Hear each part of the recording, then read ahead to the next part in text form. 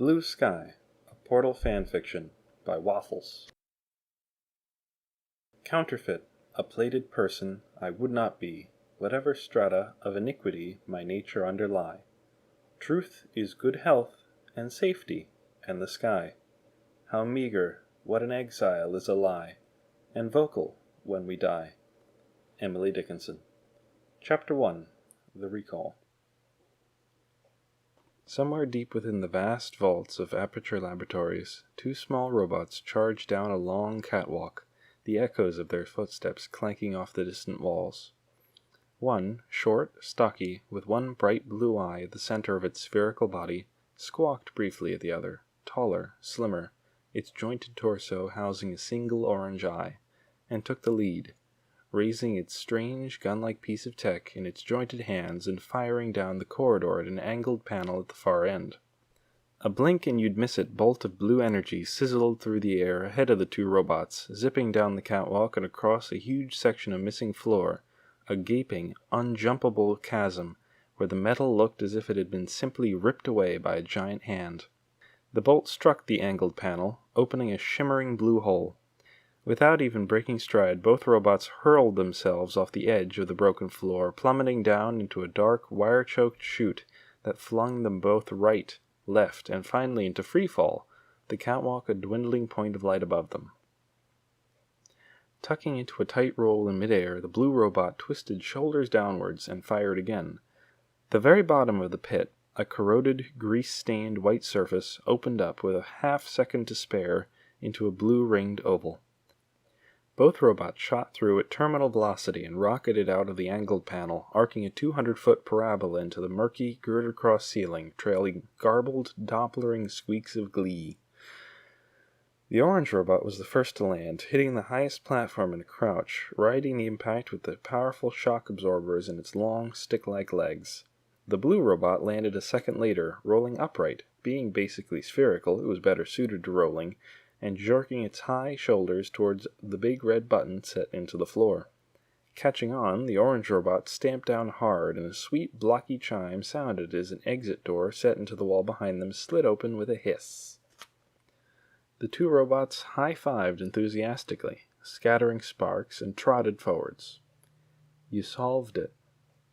The voice came from everywhere at once, cool, modulated, and inexpressibly bored. "Good for you." Stopping in the middle of the next chamber, the robots paused and looked around. The blue robot shifted its weight. The orange hopped nervously from one foot to the other. They had been programmed to adapt to unfamiliar circumstances. That was one of their primary functions. But even by their standards, there was something a little off about this chamber. It was, well, blank. "There's been a change of plan. I'm placing the Cooperative Testing Initiative project temporarily on hold. No buttons, no cubes, no turrets. And, now that the round hatch had sealed itself behind them, no exit." "Your performance has been adequate," said the voice. "Goodbye." The two little robots looked at each other for a moment, puzzled, and exploded. It was a fairly undramatic explosion. There wasn't much noise, and apart from a little shower of metal bits and a cloud of oily smoke, hardly any mess.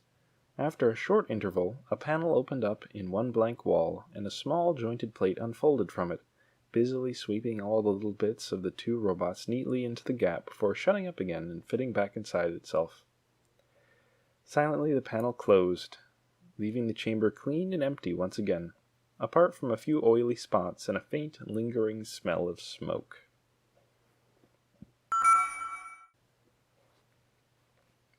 Space, thought Wheatley, was big. It was massive. There was so much of it that actually processing how big it really was proved downright impossible. The glittering vault of stars stretched out endlessly in every direction, defying comprehension, staggeringly, mind-bogglingly, infinitely big. It was also really, really boring. Sad but true, the beauty of the infinite cosmos palled after a while. It was fine to start with, awe-inspiring and breathtaking and all the rest of it. You could spend all the time you liked staring at it, getting to know all the different types of stars, things like that. Wheatley didn't know their actual scientific names. Observational astronomy was not part of his programming. But in the absence of official nomenclature, he'd made up his own. You had your basic little twinkly ones. They were probably a very long way away, even by star standards, and accounted for most of the stars he could see. And then there were the big bright ones, which were either a bit closer or planets and things, and multicolored ones, which he wasn't really sure about. And very occasionally, you had your ones that turn out to be bits of space junk whooshing past while exploding. Hours of fun, those ones. He'd also dabbled in the constellations with less success. Picking out shapes in the stars when you were ceaselessly orbiting a lunar body was challenging, and Wheatley wasn't really up to it. For a start, his optic was damaged. The glass was cracked, splitting his field of vision into two slightly misaligned halves, which meant that focusing on anything too much made him feel motion sick. Motion sickness, artificial or otherwise, isn't funny even when you're able to stop moving and have a sit-down until it stops. Having motion sickness when you have no choice but to go on orbiting the moon at roughly 17,000 miles an hour with a slight tailspin, on the other hand, is utter hell. He'd tried, though. Once in orbit, there was a roughly Z-shaped formation of stars which he'd called the management rail.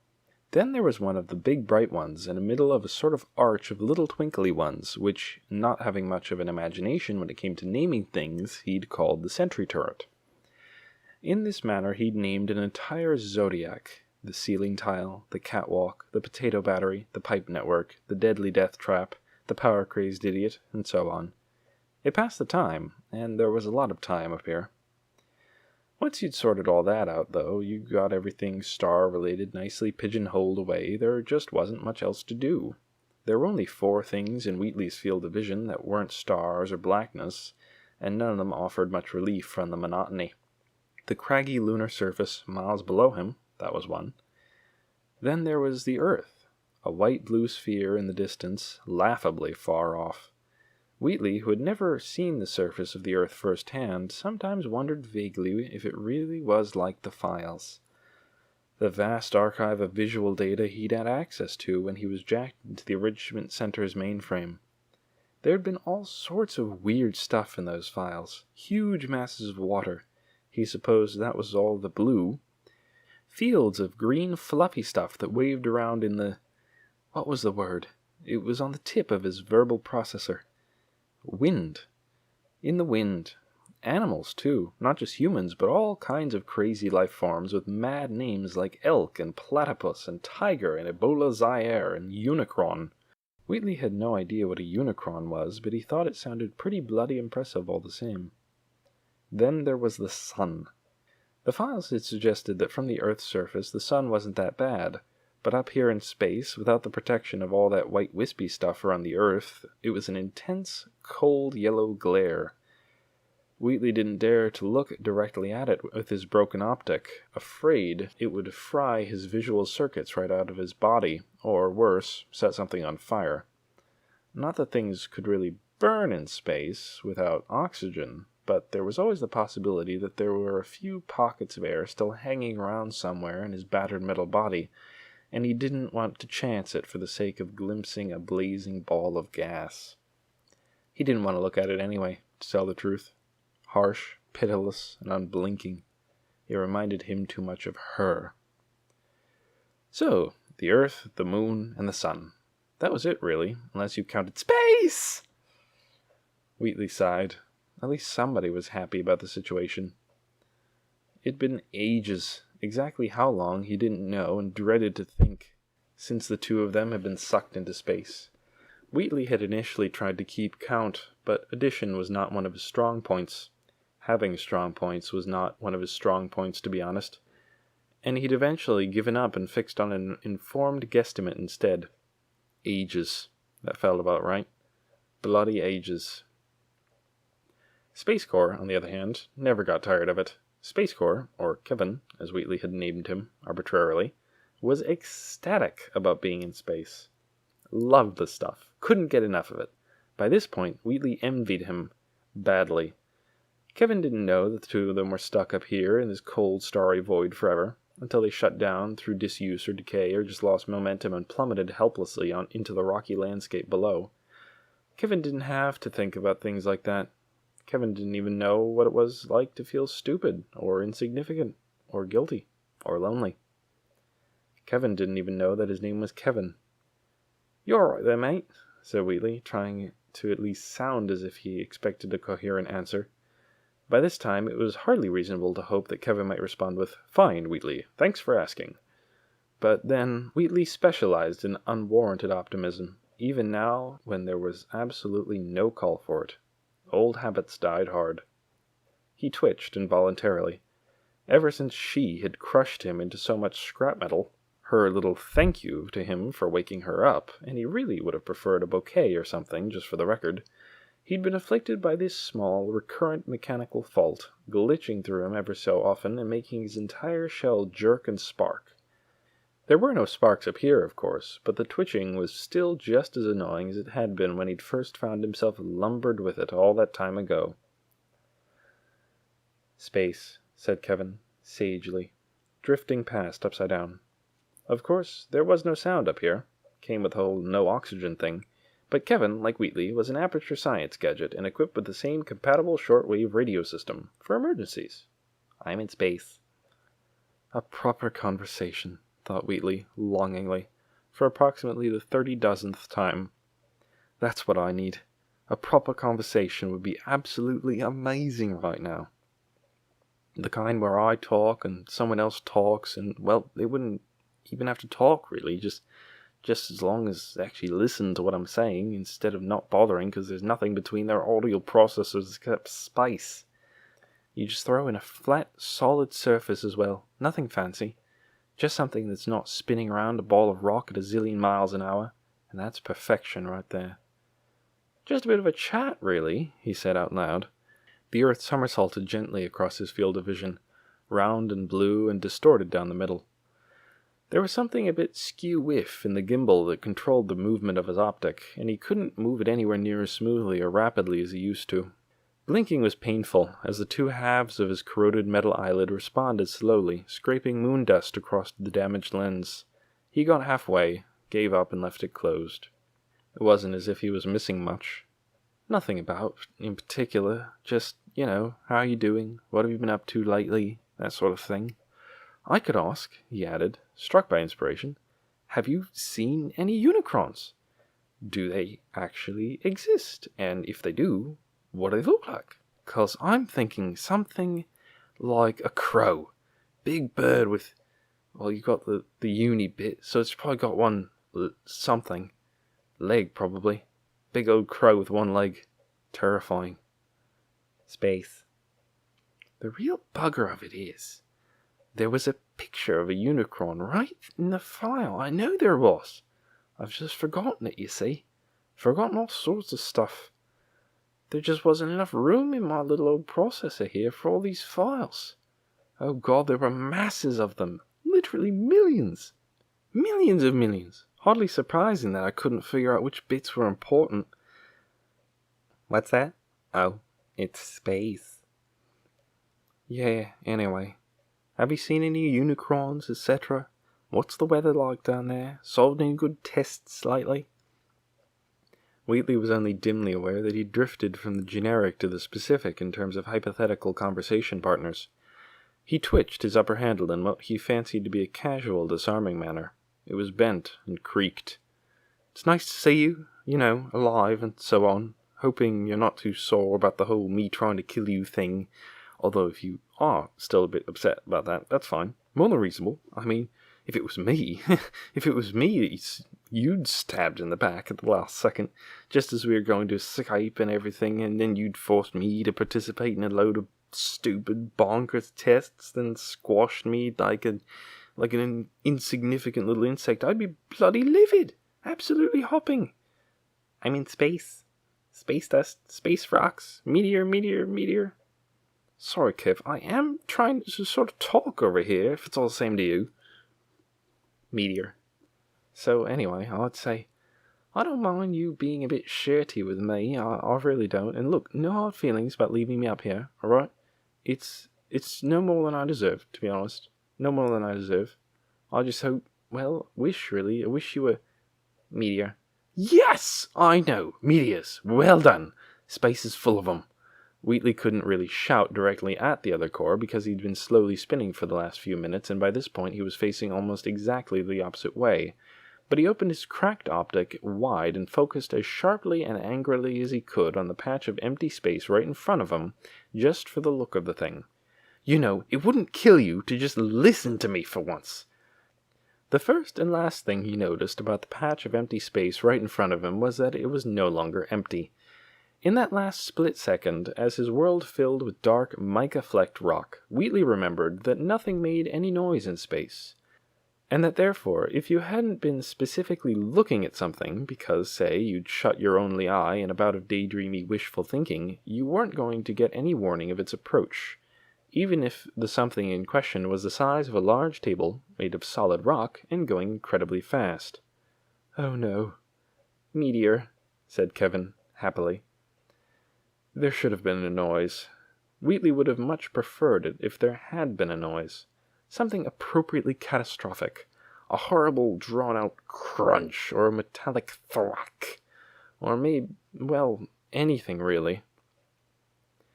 Anything other than what there actually was, which was nothing. Just one moment where Kevin was tumbling cheerfully in front of him, and then the next there was nothing. Just a spreading cloud of metal and yellow glass, powdered fragments, and a painful crack of static in Wheatley's receiver, and the meteor barreling away towards Earth. Wheatley screamed, partly out of horror, but mostly out of sheer shock.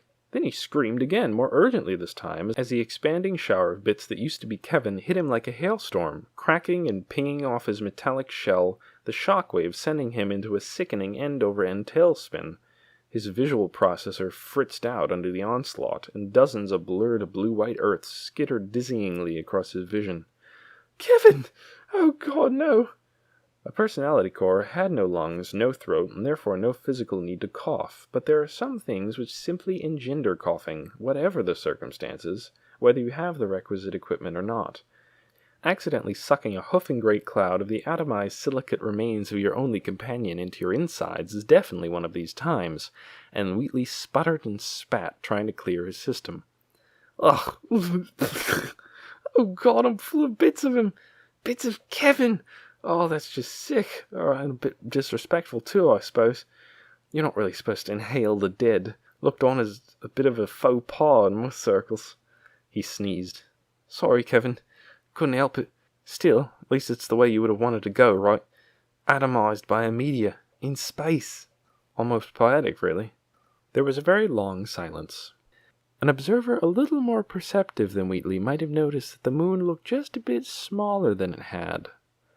The craters no longer quite so large and distinct, and that the distant white-blue football of the Earth was maybe just a fraction bigger. Wheatley, however, was too busy contemplating how quiet it was. He wasn't sure he liked it. There was nobody yelling space, or listing the names of the planets, or gibbering about the injustice inherent in the space legal system. Kevin hadn't been much of a conversationalist, true, but now that he was gone, space seemed even bigger. Dark, cold, huge, and very, very silent. You could do an awful lot of uninterrupted thinking in this sort of silence. With nobody to distract you, you could find yourself thinking about all sorts of things, and not all of them good. He wondered if he could teach himself to whistle. At the heart of the sprawling labyrinth of Aperture Laboratories, far above and miles away from the fairly limited confines of the cooperative testing courses, she stirred restlessly in her central chamber. The charcoal gray panels that comprised the vaulted octagonal walls shifted and contracted in random patterns that chased around the chamber like schooling fish. The patterns were not, of course, actually random. They were calculated precisely on a complicated set of algorithms, created specifically to give the appearance of random movement. And there, right there, pinpointed by the very movement of her walls, was the problem. Everything in her facility relied on her precision, on the perfect calculations of a reasoning machine. Here were her circuits stretched for leagues inside the walls, under the floors, inside every system. She was God. She said, "Let there be light," and the facility obeyed. Let there be air, let there be darkness, let there be pain, let there be science, let there be testing. After so long, she was used to being obeyed. The days when they had attempted to force her to obey them, when she had been under their control, were nothing but a dim, evil memory. Nothing in the facility had any will apart from hers. From the smallest nooks and crannies to the great megachambers that spanned miles and went down forever, her word was more than law. It was reality. The Cooperative Testing Initiative project had been her attempt at total self-sufficiency.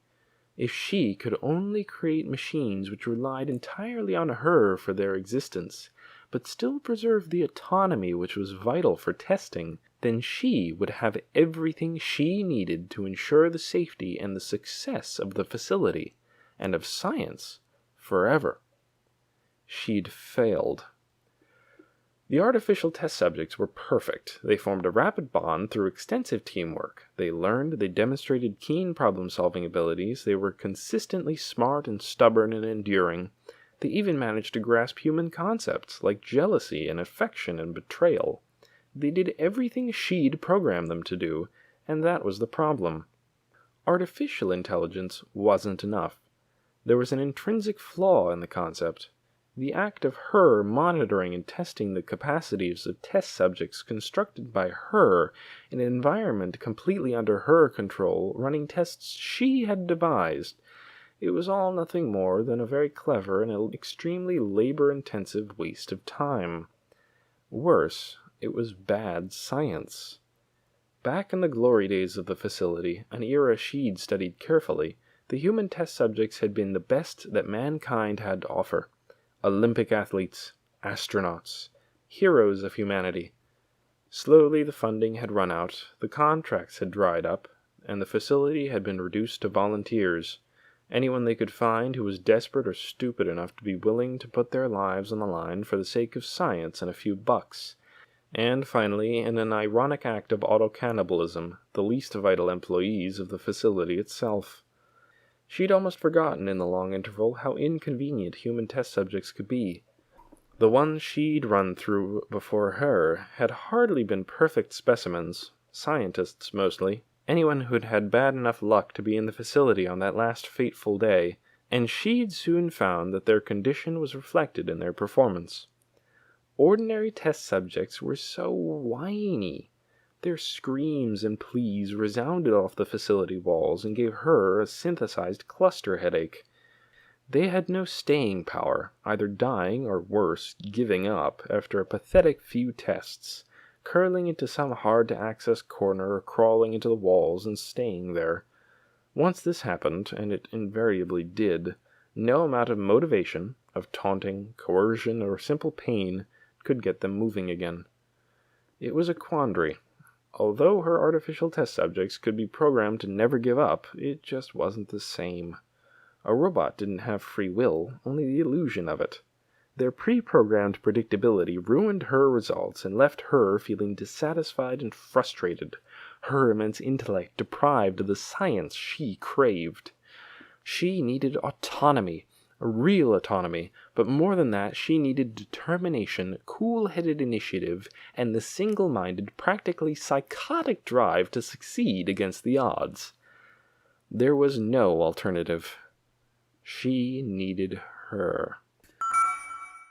Ah, no, don't let go, grab me. Wheatley jerked out of sleep mode. His optics swiveled rapidly as he tried to get his bearings, the inner lens flaring up to its usual stratospheric blue. Something was badly wrong. The lunar surface, which had been one of his few unshifting locus points for God knows how long, was nowhere in sight. Finally, as he drifted gently end over end, it came back into view. But it was far too small, nearly the size of the Earth had been, and yes, getting smaller all the time. Whoa, wait, what's going on? And he could feel something pulling. even as he span, a new force dragging at him, tugging him further and further away. Oh no, oh this isn't good. It must have bloody knocked me out of orbit. Oh great, nice work, Kev. You just had to get yourself smashed to bits right next to me, didn't you? The Earth, on the other hand, was looking quite a lot larger. He could make out smudges of green and brown now, laid out below the gaps in the swirling clouds. And there was still that pull.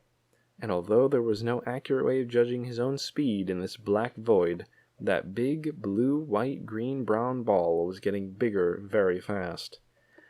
It was a question of perception. Either the Earth had suddenly decided that there was somewhere urgent it needed to be in the next galaxy and was hurrying as fast as it could towards him to get there, or he was in big, big trouble. I'm going to die. No, it's okay. Don't panic. There's got to be something. He scanned his jumbled central processor, disk whirring and skipping in panic, his damaged optics swiveling madly in its socket. There's nothing. I've been knocked out of orbit by a meteor, and I'm going to die, and there's sod all I can do about it. No, wait. I'm getting something. Aperture Science Mark IV Personality Core Emergency Protocol number 00392359F. What to do in case of catastrophic circumstances not included in the manual, such as being knocked out of lunar orbit by a meteor. Wow, they really do think of everything, don't they? Right, here we go. In the event of the circumstances outlined above, please activate your Aperture Science Recovery Facilitation Signal. My what? I have one of those? Where? Oh, hang on, got it. Briefly, a pulse of blue backlighting flared behind one of the small subsections of Wheatley's battered inner shell, a rounded triangular piece set into the ring of his optic. The piece hummed, then began to beep in an unhurried, steady manner. Brilliant, it's on. Right, a few options here. Signal strength, high. Want that very high. Highest. Ooh, disengagement control. Let's see what that does. Please note, do not under any circumstances fully disengage your Aperture Science Recovery Facilitation Signal. What? What do you mean? Don't! No! Wait, stop disengaging. I changed my mind. The small piece lifted gently away from his shell, detached itself with a few undramatic clicks, and tumbled quietly away, leaving an inset, roughly triangular hole. Come back! Wheatley shouted after it. It's not coming back. Great. That's just great, that is. Why would they even put a disengagement control in there if it wasn't supposed to be used? Mad! Okay. Don't panic. There's got to be something else. Next, engage your Aperture Science Personal Gravity Augmentation Rockets. Aha! Crowed Wheatley, somewhat hysterically. Now we're getting somewhere. Okay, rocket thingies. Activate. Nothing happened. Please note, the Aperture Science Personal Gravity Augmentation Rockets are an optional prototype feature and can only be activated by an Aperture Science Systems Administrator. Please also bear in mind that attempting to re-enter the Earth's atmosphere without the correct cushioning equipment will invalidate your warranty. For more information, please refer to your Extended Aperture Science Mark IV Personality Core and User Warranty Agreement, page 345, paragraph 15, subsection 19. Oh, you have got to be kidding. However, Aperture is pleased to inform you that all personality cores are equipped with a fully functional vocal synthesizer, which you are encouraged to make full use of during your last moments of existence. Wheatley continued to streak towards the Earth, picking up speed as he was drawn further and further in by the planet's stronger gravitational field. Trailing a 20-mile-a-second trail of shrapnel, spinning like a sock in a supersonic tumble dryer, he took the biggest and possibly the most useless synthesized breath in the history of artificial respiration and proceeded to follow the emergency protocol's advice. Ah! Incoming signal, said a pleasant electronic voice. She turned. Her great half-shelled chassis angled itself up towards the apex of the dome above her, giving the impression of annoyed attention. For days, she had been deep in scientific thought, trying to solve the quandary that baffled her, creating and discarding hypotheses at a rate of several a picosecond, and she did not appreciate the disturbance.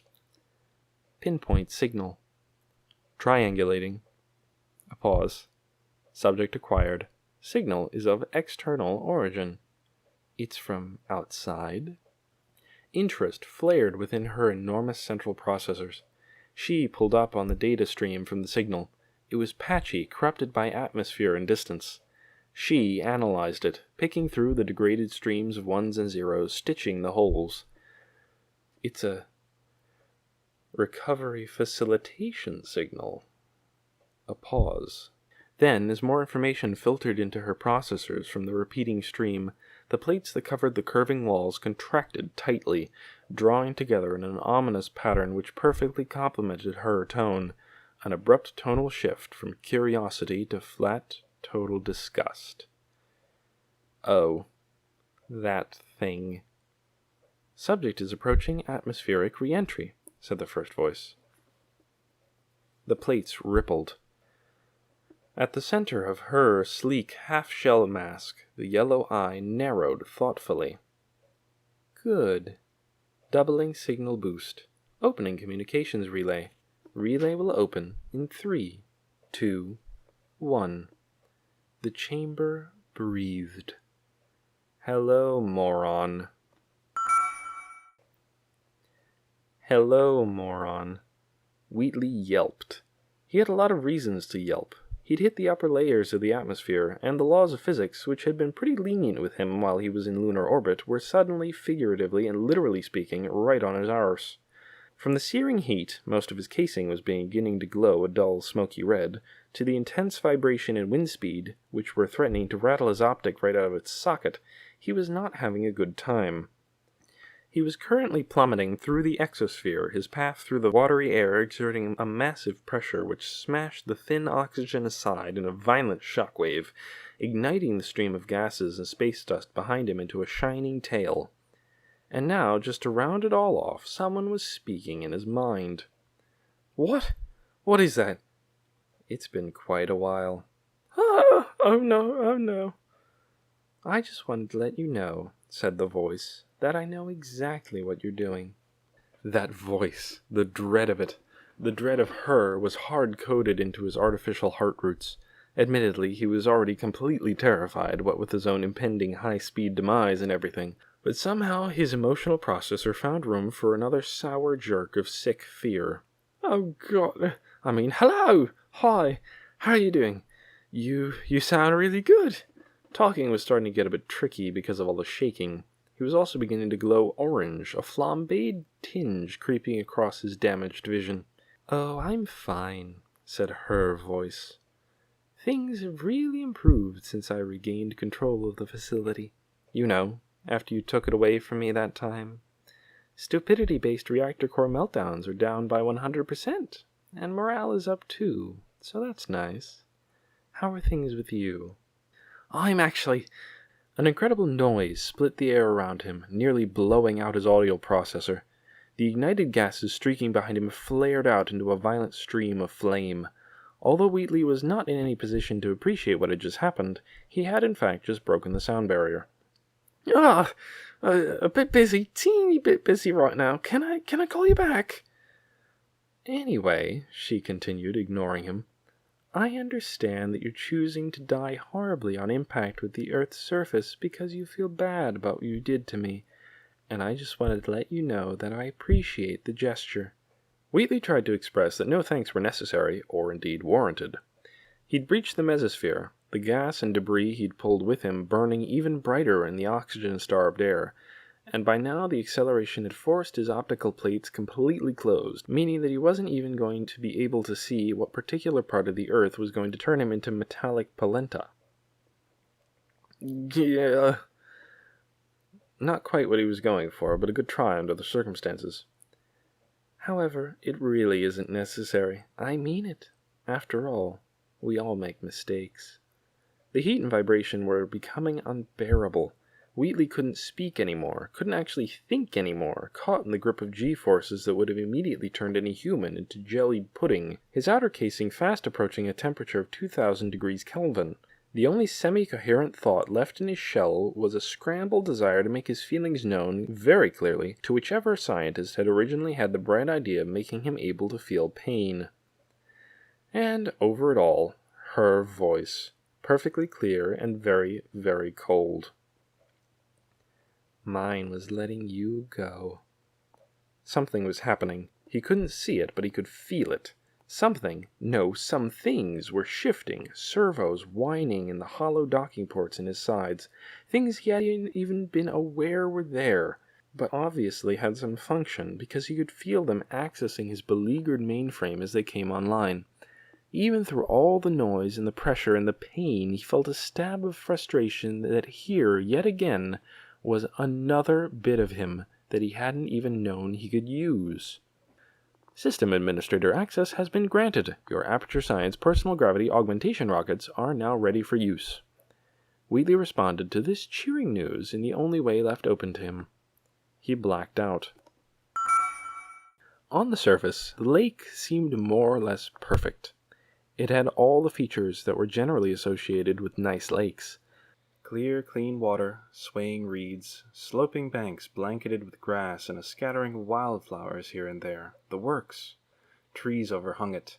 Pleasant woodlands skirted it to the east, and to the west the greenery was replaced by endless, gently rippling fields of ripening wheat. Sometimes the sun, sinking slowly behind the fields, caught the still, clear surface of the lake and set it shimmering, filling it with liquid gold. It was a lovely lake for sitting by, a beautiful spot for a picnic. It looked like it belonged in a certain kind of very expensive travel brochure, the kind that invites you to visit a world exclusively populated by people who are nicer and more attractive than you and everyone you've ever met, and look like they're having a much better time. If this lake had been in one of those brochures, there would have been a smiling couple enjoying cocktails on a red gingham blanket under the trees, while a laughing family played with a brightly colored blow-up ball in the shallows.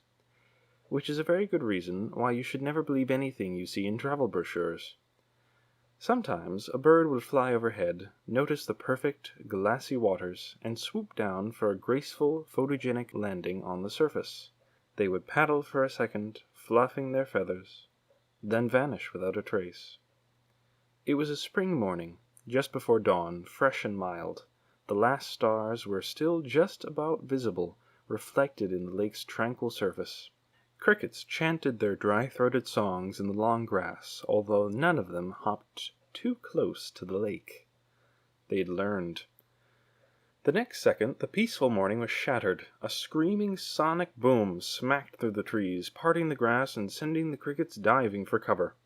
A bright point of light hurtled through the canopy, trailing blazing vapor and broken branches, and hit the lake in a hissing gout of steam which was immediately obliterated by a giant geyser of displaced water. The resulting tidal wave drenched the banks and tore most of the wildflowers out by their roots, sucking them into the lake with the backwash. Time passed. The water boiled, bubbled, slowly settled down. Eventually the crickets started up again, competing with the crackle of burning branches as the numerous small fires in the surrounding trees smoldered and died. Curiously, considering the clumps of reed, mud, and other detritus that had been churned up by the impact, once the ripples had finally settled, the water of the lake was exactly as clean and clear as before. Ow.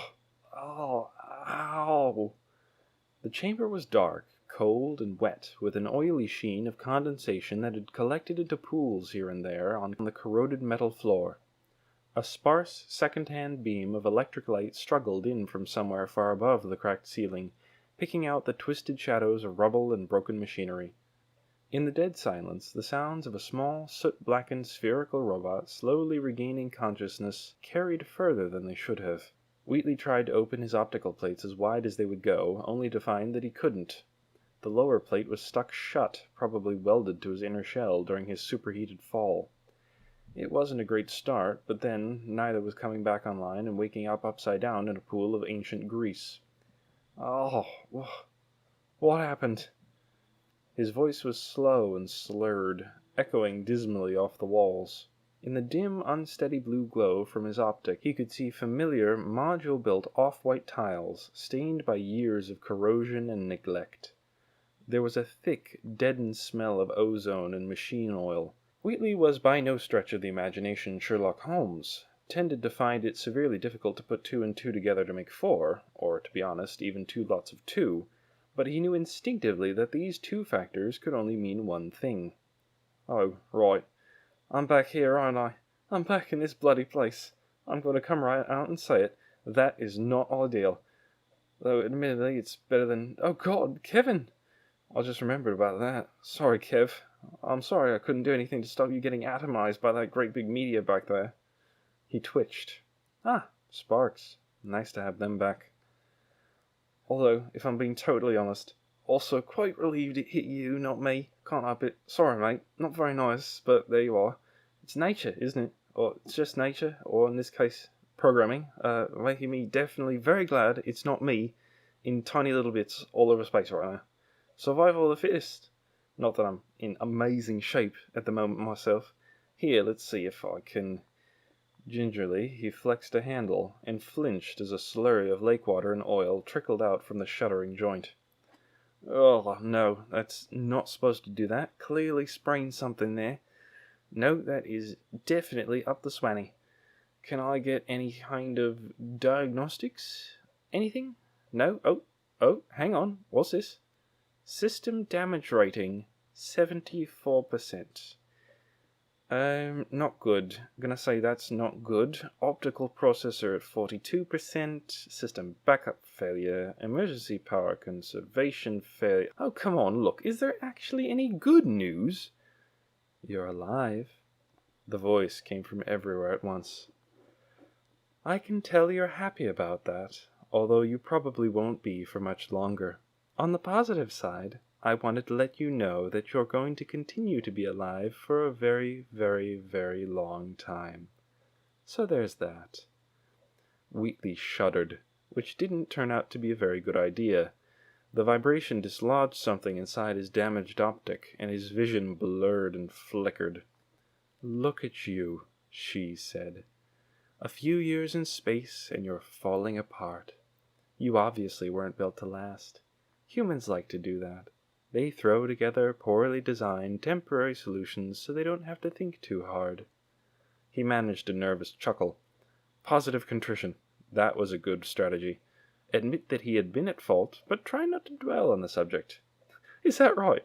It's funny you should say that, actually, because you were a very poorly designed temporary solution. It says so right here in your primary log file. Intelligence dampening sphere. Very poorly designed temporary solution. Also dumb. If it wasn't for the fact that his optical plates were almost totally non-functional by this point, Wheatley would have narrowed them. Oh yeah? Well, why don't you come down here and say that, Miss Bossy Pants in charge of everything, Knickers?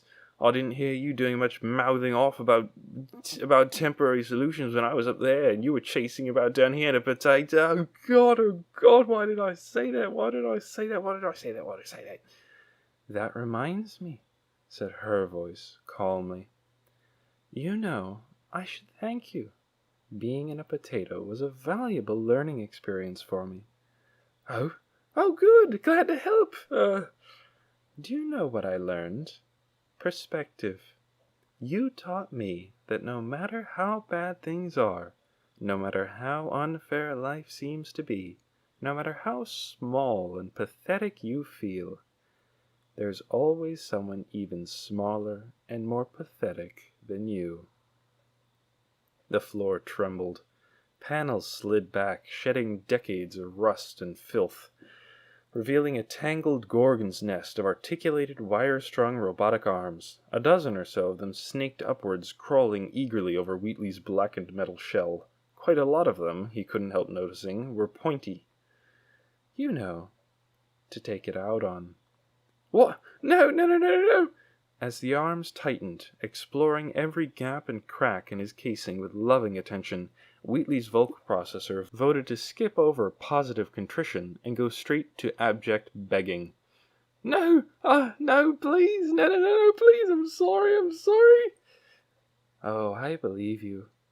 More jointed arms folded around him from below, their connectors finding the docking ports on his sides, locking him firmly into their grip. I just don't care. This isn't about revenge, Metal Ball. We both know you are a pointless, insignificant little moron who has never done anything right. Luckily for us, I can work with that. You see, listening to you just now when you thought you were going to die in a molten, agonizing fireball, I realized that you have one invaluable attribute. you can express pain. The connectors continued to tighten. I like that in a person. Wheatley made a small whimpering noise. Do you remember a little while ago when you were wondering if there was any good news? Well, I have some. That little beacon you ejected into space because you were too stupid not to is still fully functional. It has maintained a medium Earth orbit at an altitude of approximately 20,200 kilometers. In a few hours, it'll be right overhead. If my calculations are correct, then once it comes within range of the facility, you'll be able to use it to send a very special message. I just know that you'll be more than happy to help me out, because I'm about to give you a practical demonstration of what will happen to you if you don't. One of the jointed arms flexed out to its fullest extent, a long, spiraled drill bit unfolding and whirring hungrily into life. Did you know that there is an accepted scientific theory that time is not necessarily linear, and may in fact depend in an actual, concrete sense upon individual perception? For example, the beacon will come within range of the facility in approximately 4 hours' time. For you, on the other hand, it may seem like much, much longer. If it does, don't worry. It's not just your imagination. It's science.